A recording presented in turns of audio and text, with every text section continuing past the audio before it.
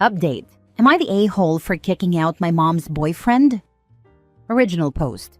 When I was 17, my mom came into money. She tried to keep it quiet, but she paid off my dad's debts, bought him a small house, paid off her debts, paid for my sister's college, and set up funds for mine. She had a boyfriend at the time, and shortly after, he and his son, who was 7, moved into our new house. Over the next few years, my mom bought my sister a house after she graduated college.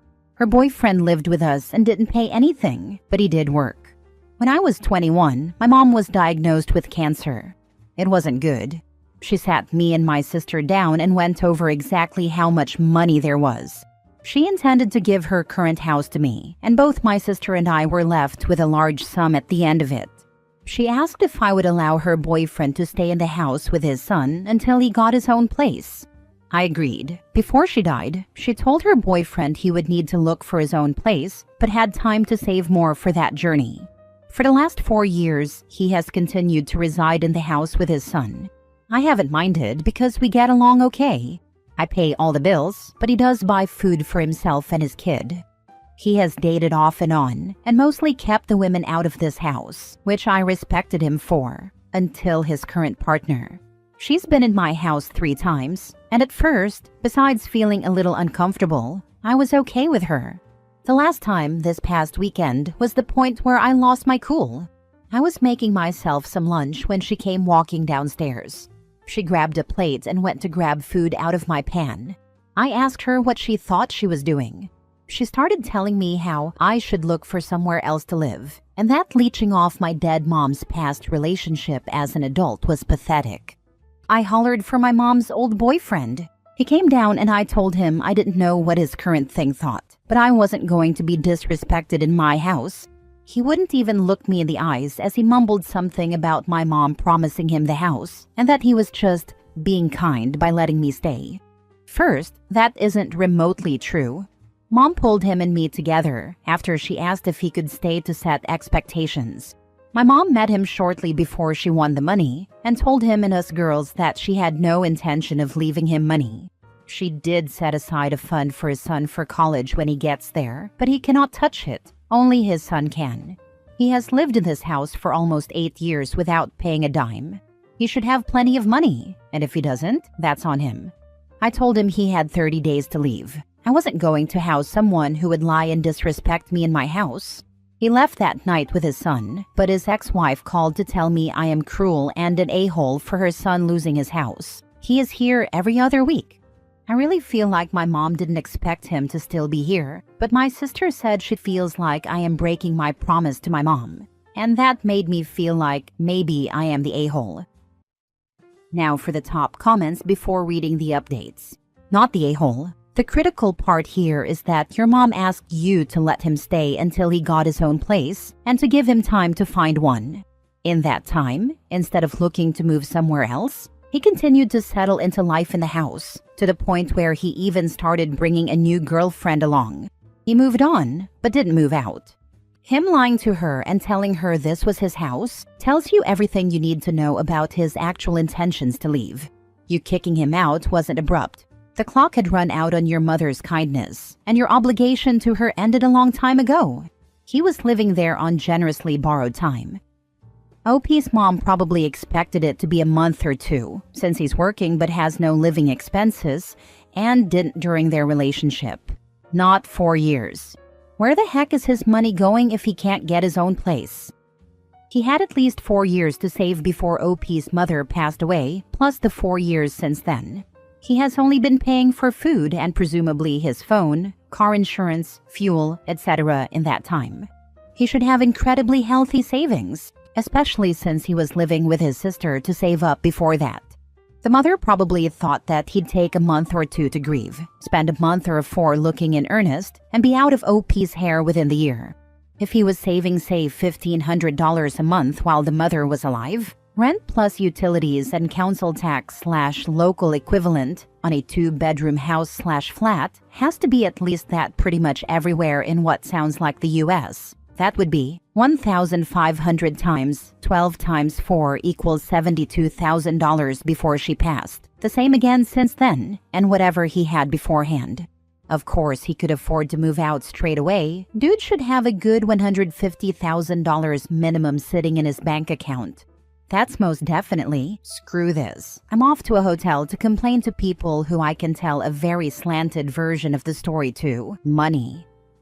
If it happened exactly how you said, you're not the a-hole. If she did say he had time to save but would need to look for his own place, that means she never imagined or wanted him staying for long. So you're breaking no promises.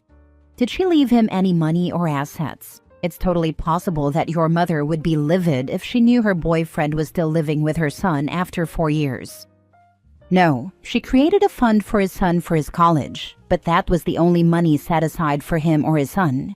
It's a generous amount, enough for 4 years at a high-dollar school. Anything not used for school will be given to him on his 25th birthday, from what I believe she told me. A lawyer and accountant are in charge of those funds, not me or my sister, so I only know what she told us before she died. She was never married to or even engaged to her boyfriend. He lived with his sister and was saving for his own house when Mom met him. Him moving in with us was supposed to be temporary and allow him to save to buy his dream home. But he never left. My mom was like that though. She had a big heart, and sometimes people took advantage of that, especially after the money. She bought him a brand new truck when his car broke down, but beyond that and smaller gifts, like a TV, computer, etc., for birthdays and holiday gifts, she did not leave him money. They had no joint accounts. My mom paid for everything, and he was supposed to be saving for a house the whole time they were together. Sweetheart, you are not the a-hole. First, I am so sorry. You are the only one who knows if you're telling the truth.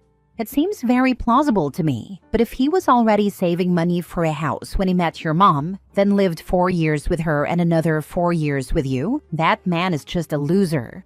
Is there any way your dad could come stay with you the week he moves out? The first thing you need to do is change all of the locks and get yourself some sort of security system. Please don't feel bad for making him leave. It seems to me that your mom was really smart and planned things out very carefully. Being that he had already lived with her for 4 years, I agree with the commenters who said she was probably thinking a month or 2, not years. If your sister makes any more comments, then you can tell her she's welcome to let him live with her. Again, so sorry for your loss. Please make sure you're safe and take care of yourself. Thank you so much. My mom was the sweetest person, and when I was a teenager, I feel like I was a nightmare to her. I'm thankful I was much better in my late teens and 20 to 21, so she got to see me mature a little before she passed. I wasn't always the best daughter, but she was always the best mom. I think part of letting him stay so long was having bonded with his son, but also, I liked having someone else around who loved my mom too. There were nights I would wake up from a nightmare and end up in the kitchen, and he would hear me and just come make a cup of coffee and sit and share a story about her. His son loved Mom too, and some evenings we would get takeout and watch movies, and joke about what commentary my mom would have had if she had seen the movie with us. My sister lives a state away, so we only really see each other once a month or so. I liked not being alone in this big house. I do have a security system, and the locks have been changed. He is coming over tomorrow to get his stuff. Now for the first update, I do want to take a moment to address some things I saw in the comments. 1. There are trusts set up, and neither my sister nor I have full access to the money left to us. This was done both because my sister and I were in our early 20s when my mom died, and she wanted to make sure we had some stability before we had access, and to protect us from people who may try to take advantage, especially while we were grieving. 2. I have a lawyer. He has already informed me legally about what eviction laws apply in my area, and my mom's former boyfriend will be served with formal eviction papers just to cover myself even after today. So, to the update, my dad came over this morning and brought along my cousin. I decided not to have my boyfriend over, since he doesn't know about the money side, and I wasn't trying to have the boyfriend out the situation. For easier telling, I'm going to call my mom's former boyfriend Chuck. Chuck showed up about 10 a.m. my time and talked to my dad, then asked if he could have a couple of minutes alone with me. Dad nodded, so my cousin and him went into the kitchen, and Chuck and I sat in the living room. I'll be honest, I didn't expect it to go as it did, but I am glad it did. Chuck started with an apology. I don't remember all of the words said, but the basics were, he missed my mom. He had been lonely, but not alone thanks to me and his son. He was sorry for what had happened, that he got caught up in lust and let someone else fill his head with ideas, and that he owned up to his mistakes and should have never put up with someone who would disrespect me or my mom's memory. He tried to hand me a cashier's check for $15,000. He said it wasn't much, but he wanted me to know he appreciated me and living with me, and that he wanted to pay back some of what he owed.